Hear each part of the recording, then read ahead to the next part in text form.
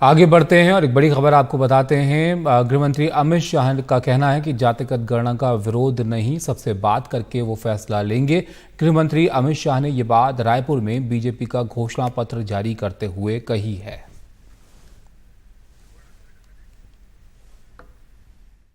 ऐसा है कि इस मुद्दे पर हम राष्ट्रीय राजनीतिक दल है, वोटों की राजनीति नहीं करते हैं। सभी से चर्चा कर जो उचित निर्णय होगा वो जरूर हम करेंगे और बताएंगे, परंतु इसके आधार पर चुनाव की नैया पार लगाना ठीक नहीं। और भारतीय जनता पार्टी ने कभी इसका विरोध नहीं किया है, परंतु बहुत सोच समझकर निर्णय करना पड़ता है। उचित समय पर हम बताएंगे। हमारे सहयोगी अखिलेश जी हमारे साथ जुड़ गए हैं इस पर और ज़्यादा चर्चा के लिए। अखिलेश जी, एक ये बड़ी खबर है, अगर अमित शाह कह रहे हैं कि जातिगत गणना का विरोध वो नहीं करते हैं, क्योंकि विपक्षी पार्टियों की सियासत कहीं ना कहीं इस मुद्दे को लेकर जो है वो लामबंद होती हुई दिख रही थी। देखिए, निश्चित तौर पर ये एक बड़ा जो कह सकते हैं कि बयान है गृहमंत्री अमित शाह की ओर से, क्योंकि हम देख रहे हैं कि पिछले कुछ महीनों से कांग्रेस पार्टी लगातार जातिगत जनगणना को लेकर एक बड़ा मुद्दा पूरे देश में बना रही है। राहुल गांधी हर विधानसभा चुनाव में इस मुद्दे को प्रमुखता से उठा भी रहे हैं, कांग्रेस इसका वादा भी कर रही है। और ऐसे में गृहमंत्री अमित शाह का साफ तौर पर यह कहना छत्तीसगढ़ में रायपुर में पार्टी का घोषणा पत्र जारी करते समय कि बीजेपी इसके विरोध में नहीं है।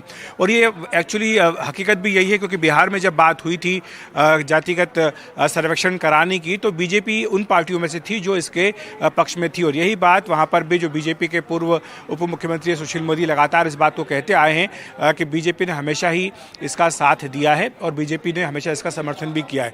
लेकिन जिस तरीके से इसको सर्वेक्षण को कराया गया बिहार में, आधे अधूरे ढंग से और साइंटिफिक ढंग से नहीं कराया गया, आंकड़े जो है इकट्ठे करने में जल्दबाजी की गई और कई लोगों को जहां पर सर्वे किया भी नहीं गया उनके आंकड़े इसमें डाल दिए गए, ये सारे आरोप बीजेपी ने लगाए हैं।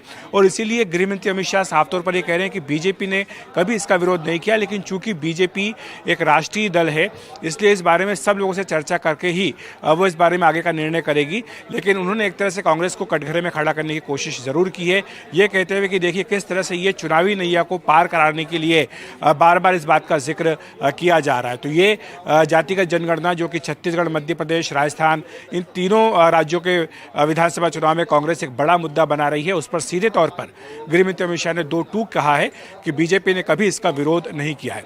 और आज ये जो घोषणा पत्र जारी किया गया यहां पर छत्तीसगढ़ विधानसभा चुनाव के लिए, इसे बीजेपी ने मोदी की गारंटी नाम दिया है।